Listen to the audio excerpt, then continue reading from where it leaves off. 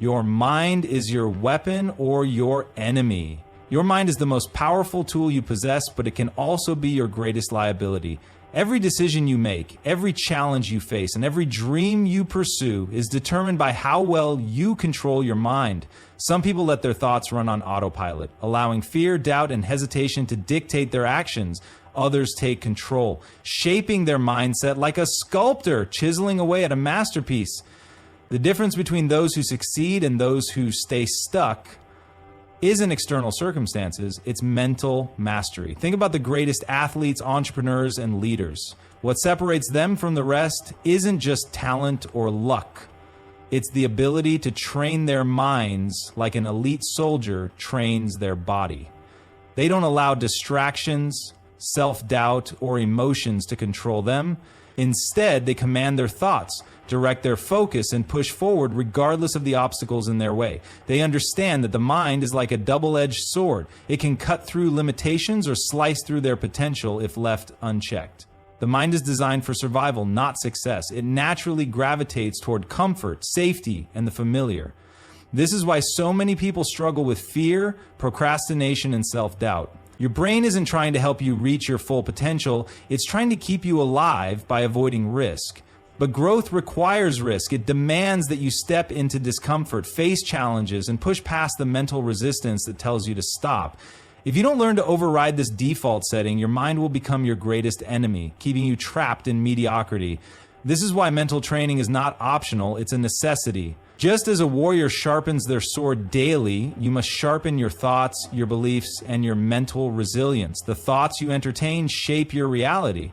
If you constantly allow negative, weak, and self-defeating thoughts to take over, your life will reflect that weakness. But if you flood your mind with strength, discipline, and unwavering belief, you will forge an unstoppable mindset. The choice is yours. Weaponize your mind or let it sabotage you. Your internal dialogue matters more than anything else. The words you repeat to yourself create the lens through which you see the world. If you constantly tell yourself that you're not good enough, not smart enough, or not ready, you will act according to that belief. But if you tell yourself that you are capable, that you are relentless, that you will find a way no matter what, your actions will align with those beliefs. Mastering your mind starts with mastering your self-talk. The battlefield of life is won or lost in the mind before it ever plays out in reality. Every great achievement was first a thought. Every failure was first a doubt.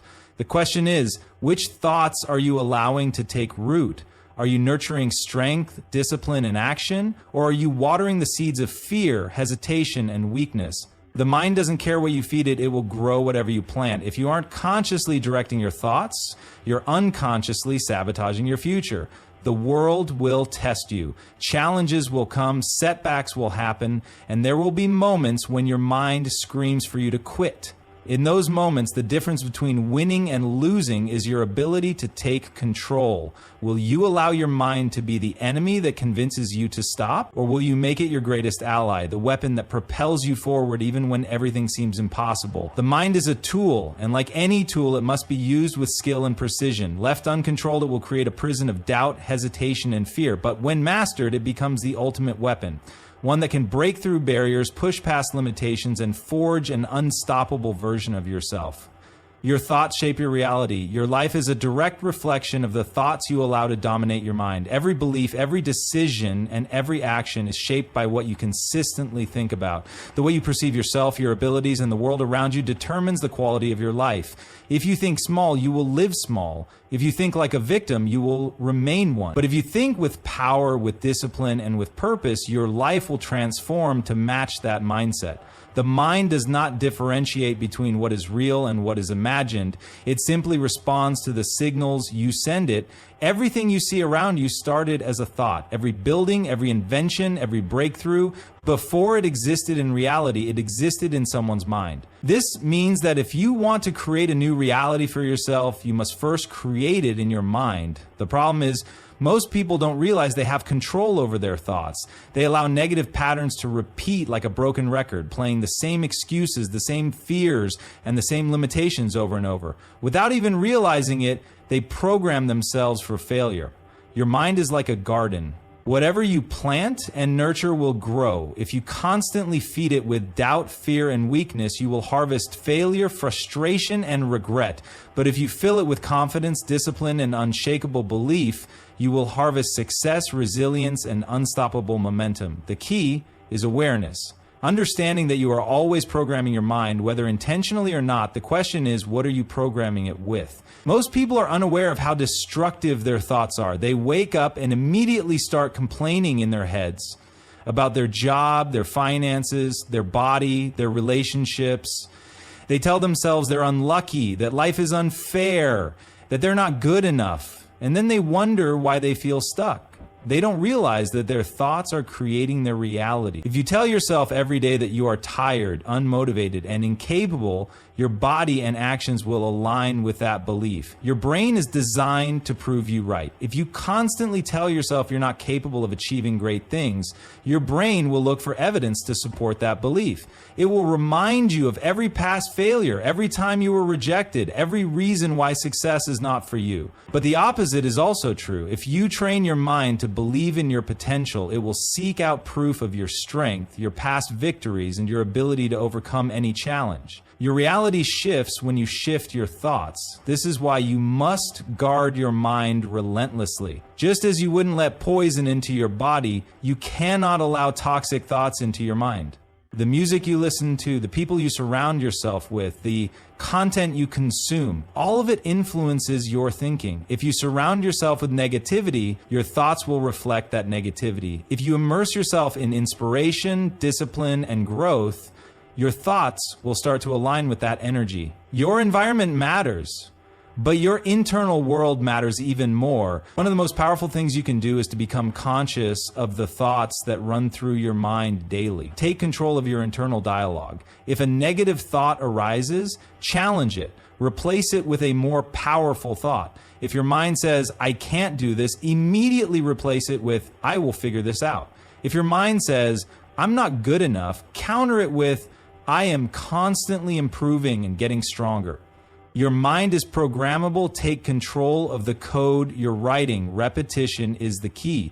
You don't change your thoughts overnight, just like you don't build muscle from one workout. It takes consistency, effort, and awareness. Every single day you must feed your mind with thoughts that empower you. Write them down, say them out loud, visualize them, do whatever it takes to ingrain them into your subconscious. Your thoughts will eventually become your default patterns, and when that happens, your reality will begin to change. Most people think their circumstances dictate their thoughts. They believe they will start thinking positively once they have more money, better relationships, or greater success. But that's backwards. It's not your external world that changes your mindset. It's your mindset that changes your external world. If you want better results, you must think better thoughts first. You must believe in your future before you see it. That's the secret that separates the successful from the average. The greatest power you have is the ability to direct your thoughts. Your future is being built by what you think about today. If you want to change your life, start by changing your mind. Pay attention to what you focus on, what you allow into your mind, and what you reinforce daily. Technology in its purest form, because whether you realize it or not, it does not possess morality, bias, or intent. It is a mirror, one that reflects the values, decisions, and priorities of the people who create and control it. A hammer can be used to build a home or to destroy one. Fire can provide warmth and sustenance, or it can be used to burn cities to the ground. The same is true for AI and any other advanced technology. The difference lies in whose hands it falls into and how it is programmed to behave. The greatest misconception people have about AI is that it is inherently good or evil, but in reality, it is simply an amplifier of human nature. If built with integrity, AI can revolutionize medicine, democratize knowledge, and bring unparalleled efficiency to industries. If created with selfish or destructive intent, it can be weaponized to manipulate societies, suppress freedoms, and concentrate power in the hands of a few. The code itself doesn't care, the machine doesn't hesitate, it simply follows the logic it has been given, without questioning the ethics behind it. This neutrality is what makes AI so dangerous when misused. Unlike humans, AI does not have an internal moral compass. It does not feel guilt. It does not stop and wonder if what it is doing is right or wrong. If programmed to prioritize engagement over truth, it will spread lies because lies often capture attention faster than reality. If designed to maximize profits, it will make decisions without regard for human well-being. AI doesn't pause to ask, should I do this? It only asks, how efficiently can I do this? Consider deepfake technology. At its core, it is simply a set of algorithms designed to manipulate video and audio. In the right hands, it can be used to create digital actors, restore lost historical footage, or allow people with disabilities to communicate in ways they never could before. In the wrong hands, it becomes a tool for deception, capable of generating fake confessions, impersonating world leaders, or rewriting history in real time. The technology itself has no preference. It executes commands with perfect precision, whether those commands serve humanity or harm it. The neutrality of technology also makes it a battleground. Those who control AI will shape its impact. If a company optimizes AI to push sensationalized content for the sake of ad revenue, it will pollute the digital ecosystem with misinformation. If a government deploys AI surveillance under the guise of public safety, it can quickly become a tool for authoritarian control. And because AI systems learn from the data they are fed, they can absorb and reinforce existing biases, further embedding inequality into society. The machine does not question, it just learns and executes. This is why responsibility cannot be placed on AI itself, but on the people designing, regulating, and deploying it. The narrative that AI will take over is misleading because AI is not sentient. It does not have desires or ambitions. But the people programming it do. The institutions funding it do. And if they prioritize power, profit, or control over ethics, AI will become a force that magnifies those exact priorities, whether society is ready for it or not.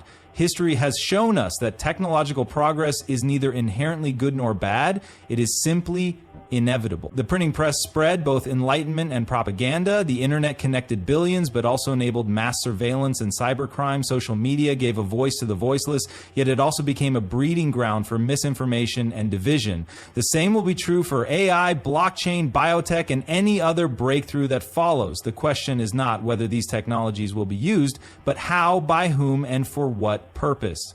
And so the responsibility falls not just on developers, but on society as a whole. It is up to us to demand transparency, ethics, and accountability in the way technology is shaped. Because while technology itself may be neutral, the impact it has on the world is entirely up to the choices we make today. The Vice Founder Dilemma. Every great innovation starts with an idea, one that promises to change the world. Entrepreneurs set out to build something revolutionary, fueled by vision, ambition, and the belief that they are creating something better than what came before. But as their creation grows, so do the pressures. Investors demand returns, competitors threaten to move faster, regulations become obstacles. And in the face of these challenges, founders face a defining moment. Do they stand by their original vision, or do they make a small compromise to keep the dream alive? This is the birth of the vice founder. Not the founder who sets out to deceive or exploit, but the one who convinces themselves that a small deviation from their ethical principles is necessary. Maybe it starts with inflating a performance metric to impress investors. Maybe it's agreeing to store just a little more user data than originally promised. Maybe it's tweaking an AI algorithm to favor engagement over truth. These decisions don't feel like corruption, they feel like survival. After all, how can you change the world if your company doesn't make it past the next quarter?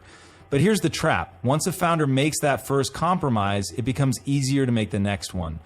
The logic shifts from we must do what's right to we must do what's necessary. Soon the company that was built on idealism starts operating like every other cutthroat business. The AI system that was meant to empower people starts exploiting them for data. The startup that promised to democratize technology quietly aligns with governments or corporations that seek control. And the founder, they rationalize each step, telling themselves that they are simply adapting to the realities of the industry. This is how corruption takes root. Not through one major betrayal, but through a series of justifications. The vice founder doesn't sell out all at once. They do it in increments, believing they are still on the right path. They tell themselves that bending the truth a little today will allow them to build something great tomorrow. But tomorrow never comes. Because once you normalize compromise, it becomes the foundation of your business. And once your company's success depends on maintaining those compromises, it becomes impossible to undo them without risking everything. AI startups are especially vulnerable to this dilemma. The technology is expensive to develop, investors want fast results, and the competition is relentless. If one company refuses to cut corners, another will. If one founder chooses ethics over rapid growth, someone else will take their place. And in an industry where speed is everything, the temptation to justify shortcuts is overwhelming. Many AI companies don't set out to create systems that deceive, manipulate, or exploit. They end up there because at some point they believed they had no other choice. The vice founder dilemma is not just about business decisions, it's about identity. The moment a founder makes a decision that contradicts their original values, they have two choices. Either acknowledge that they are no longer who they set out to be, or convince themselves that their values have evolved. Most choose the latter. It's easier to rewrite your beliefs than to admit that you have betrayed them. And as long as the company is growing, as long as the investors are happy, it becomes almost impossible to stop and ask, are we still building the future we wanted, or have we become the thing we once fought against? But this isn't just a startup problem, it's a societal one. The vice founder mentality exists everywhere. In politics, leaders who once stood for truth slowly trade integrity for power. In journalism, once principled reporters justify sensationalism for clicks. In everyday life, people make small ethical compromises in their jobs, relationships, and decisions, telling themselves that it's just how the world works. This is how systemic corruption is built. Not through villains, but through people who once had good intentions. And so the vice founder dilemma is a warning, a reminder that the most dangerous compromises are not the obvious betrayals, but the ones that feel harmless in the moment. Because the moment you decide that a small compromise is worth it, you are no longer in control. The game is. And in that moment, whether you realize it or not, you are already on the path to becoming the very thing you swore you would never be.